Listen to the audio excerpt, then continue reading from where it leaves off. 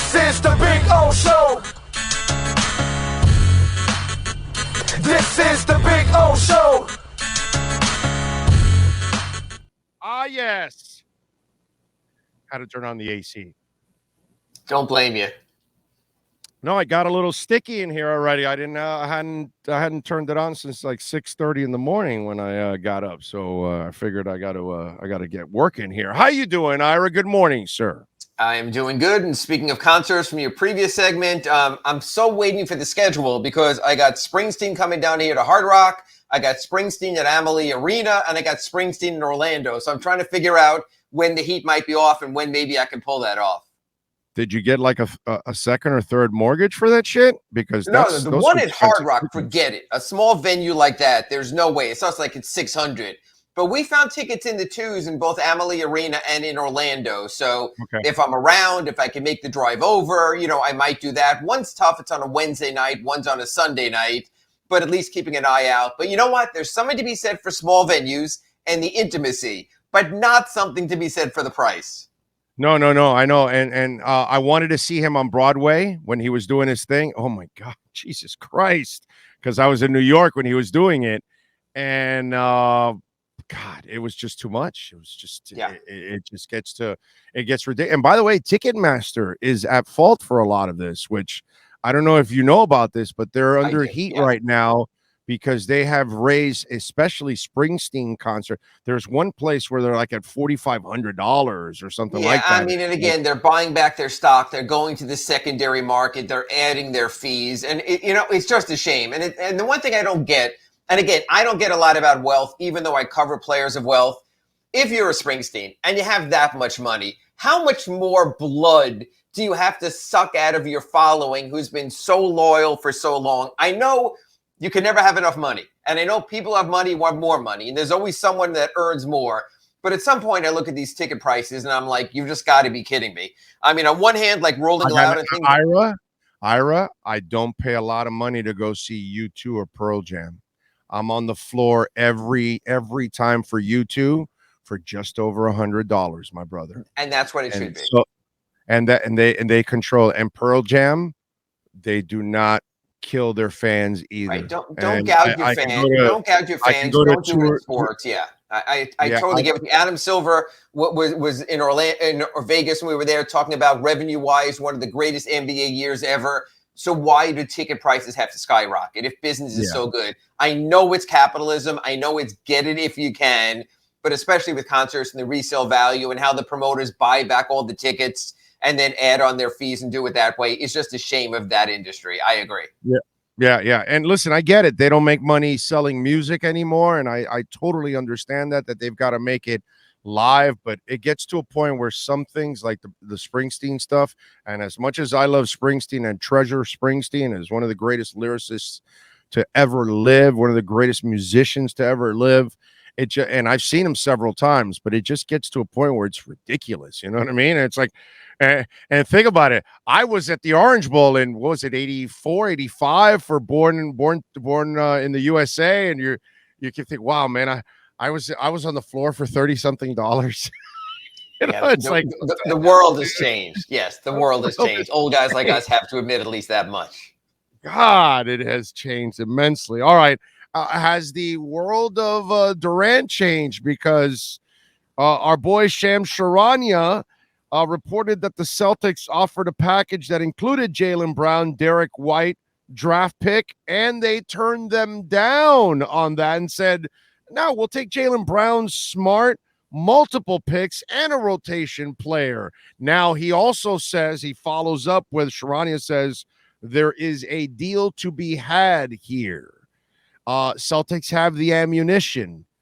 In a way, I didn't understand that deal. I know Durant is great, but man, you were going to give up a lot and giving up a young star also in the process. So where does this put the Heat if they're turning a deal like that down?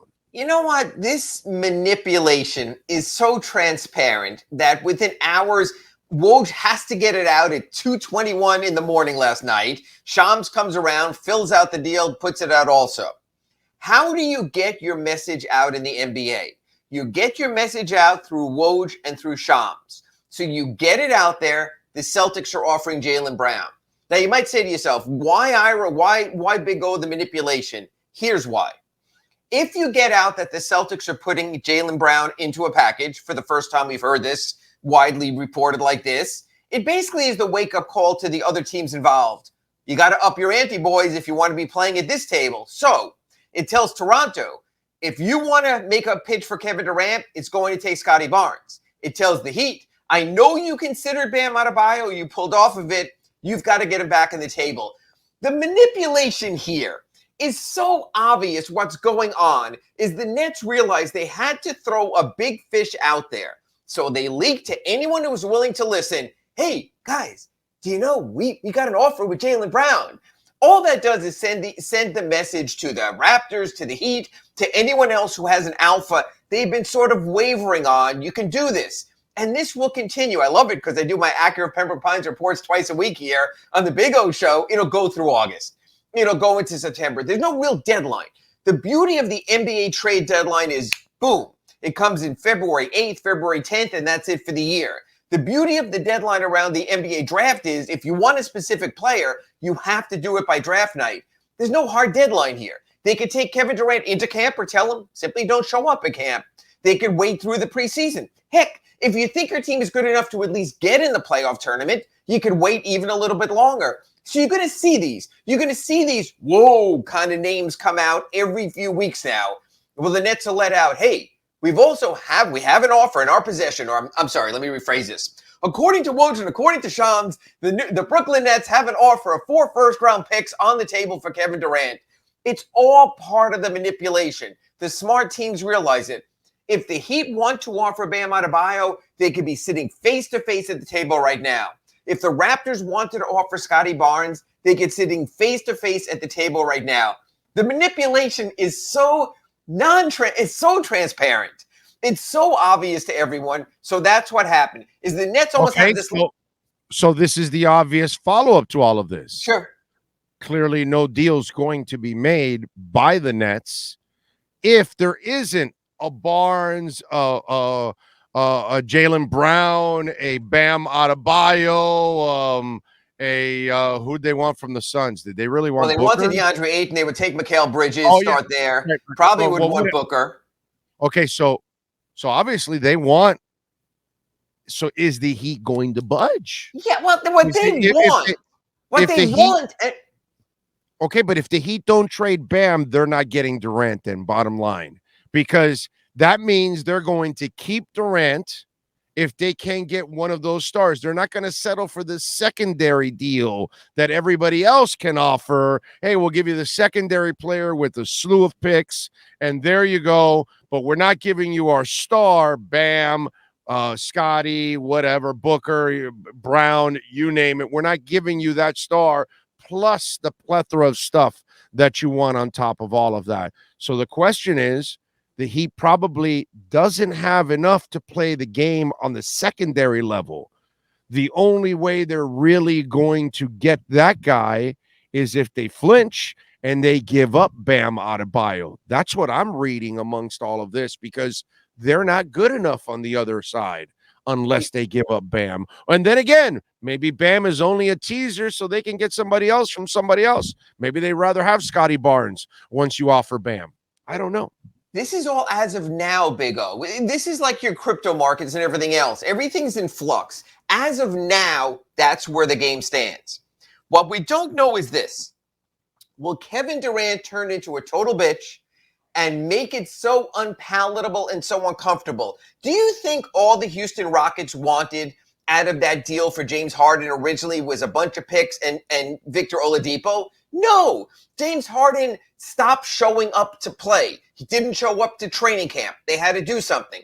Do you think the Nets really wanted to, at that point, break up their big three? The difference is Durant's never been Harden. And you have Durant has always been a pro's pro on the court. Say what you want about his burner accounts, his attitude off the court. All that has changed from his days in OKC. I'll give you that.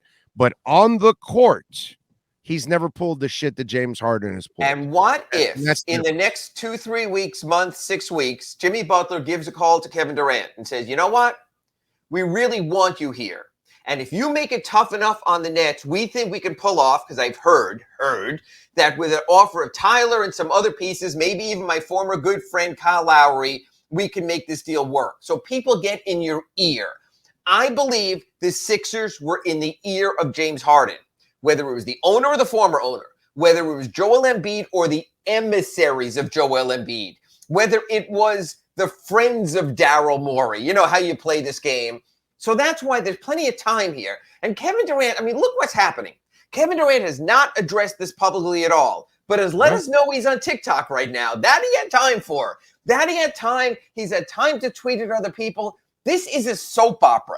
This is not a one-time movie, a one-time special event. He's not adding any drama to it. We need some Durant drama so it can become a real soap opera. You know what I'm saying is the time will be the drama, Big O. That by dragging this out, that's what's going to make this whole thing dramatic is, wait, it's the first week of August. We haven't heard anything. It's the third week of August. It's Labor Day. It's 2 weeks before camp. He knows the drama happens anyway. The randomness of the last Sunday night, overnight to Monday in July, that Shams and Woj decided they had to get a story out. Come on, Big O. That's not just coincidence. This is all part of the manipulation. Yeah. We shall see. I mean, I'm watching getting manipulated. I'm watching Bill Zito get his whale before Pat Riley. That was impressive. That was impressive by Bill Zito picking up a whale. Bill Zito got a free agent whale who was free to choose and go where he wanted, which is a little bit different. But I agree. I equate that trade, the T'Chaka trade, to what the Heat did with Shaquille O'Neal, where I remember you. Yeah. You and I were sitting there and we were debating whether Lamar Odom and Brian Grant and Caron Butler and a first-round pick were too much. But at a certain point, if you can get a top 5 player in your sport, you do anything and everything.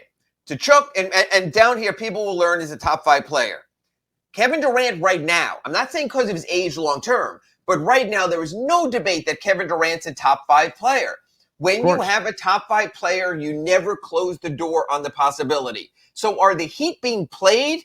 Sure. Were the Panthers played to have to give up 2 quality players even though they're a pending free agent? Sure.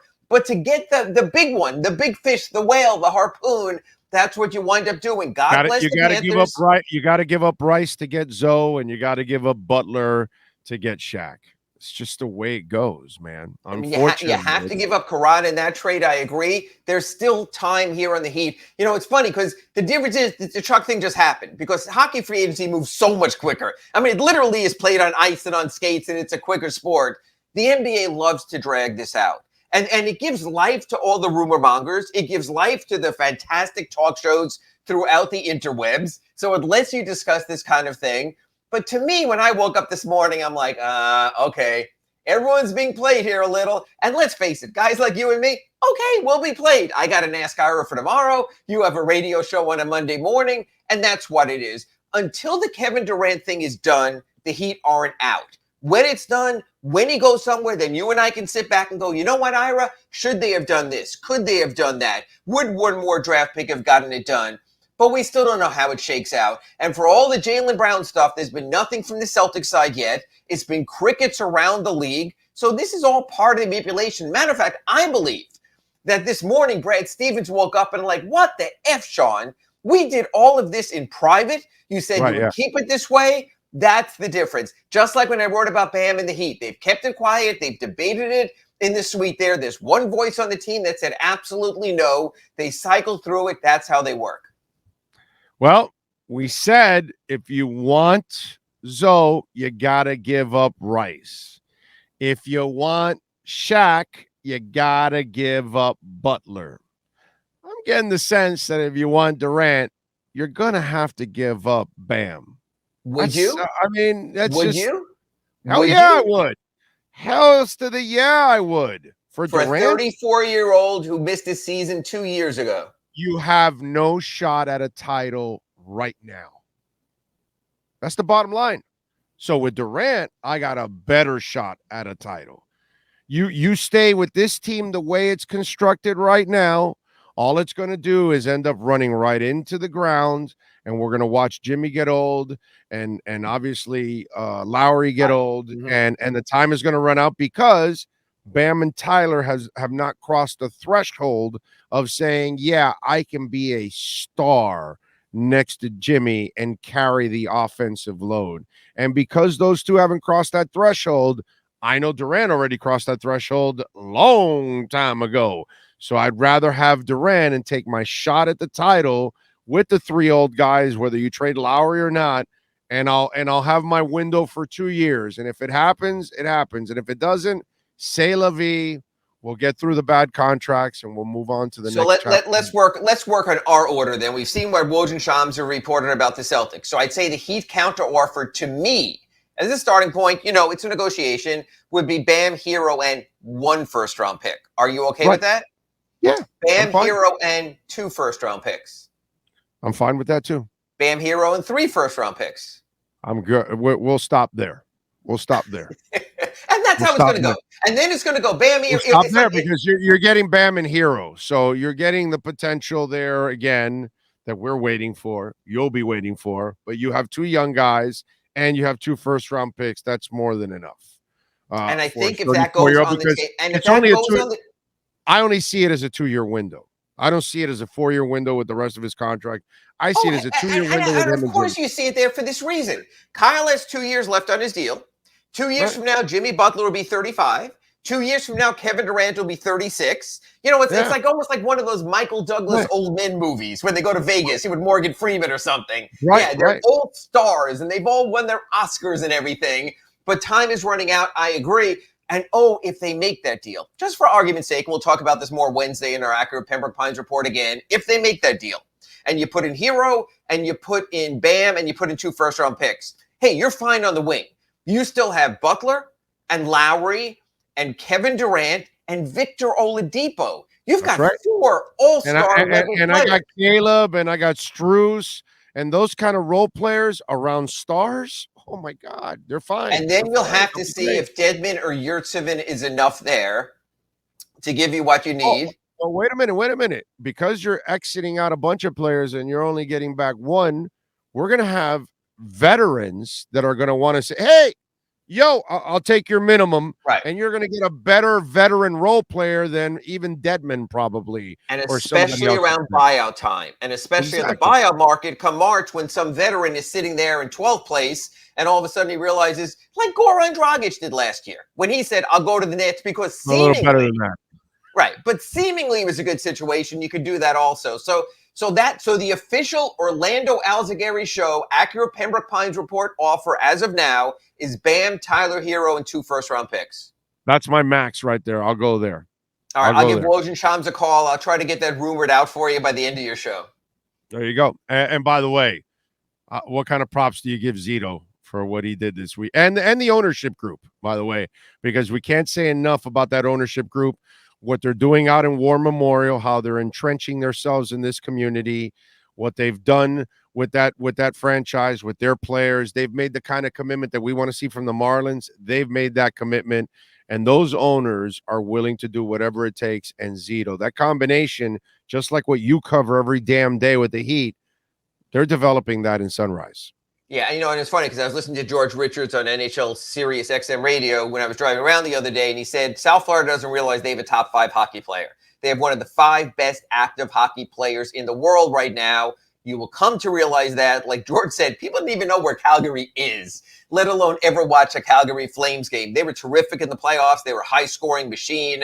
Yeah, it'll make it fun. Yes, Huberdeau, I agree with what everyone's saying. His number goes to the rafters at some point. Absolutely. Yeah. You honor the man. But at some point you say to yourself, you've won 1 goddamn playoff series in, 20 years or something like that. You had to make the move. Yep. The legacy wasn't enough, unfortunately. You got to do more than that. All right. What are you working on the Sun Sentinel, my friend? So folks can subscribe and check you out. I wrote a story in today's paper about how Omer Yurtseven and Nikola Jovic, are both planning to play in Eurobasket. Might not be back for the start of training camp until the week before. Not a fan of that. Is that a good thing because they're getting international big-time experience, or a bad thing because they're not working in the Heat system? Yeah, well, you know what? Now that I think about it, I'm sorry. I changed that. I'm all right with that because they're not starters.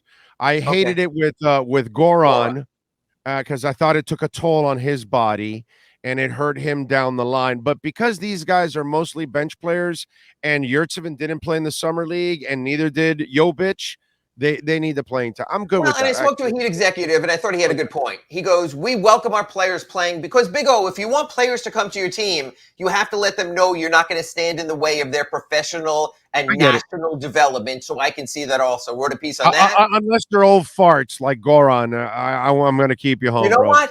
Goran Dragic's only NBA All-Star season came back after Slovenia won Eurobasket in 2016. So you can make an argument there. That was the only season he was an all-star. He had a really good season that year, if you look it up. So I wrote about those two guys and their international summers, writing my Ask Ira for tomorrow, and this very Durant thing. That this clearly is the Nets. He also had a bunch of injuries that year, by the way. Hey, he was an all-star. He beat out Ben Simmons. Australia wasn't happy. So I did that. And then again now how this Durant bat signal will go out probably once a month until a trade is made or until camp starts. Working on a story in that also. Follow him on Twitter at Ira Heatbeat. And God damn it, let's go. Subscribe to the Sun Sentinel. Get it done already. Come on, you slackers. Ira, we love you. We'll catch you later on the week. Be good. Catch you on Wednesday. Thank you, Big O. That is the Acura Pembroke Pines Miami Heat and NBA report.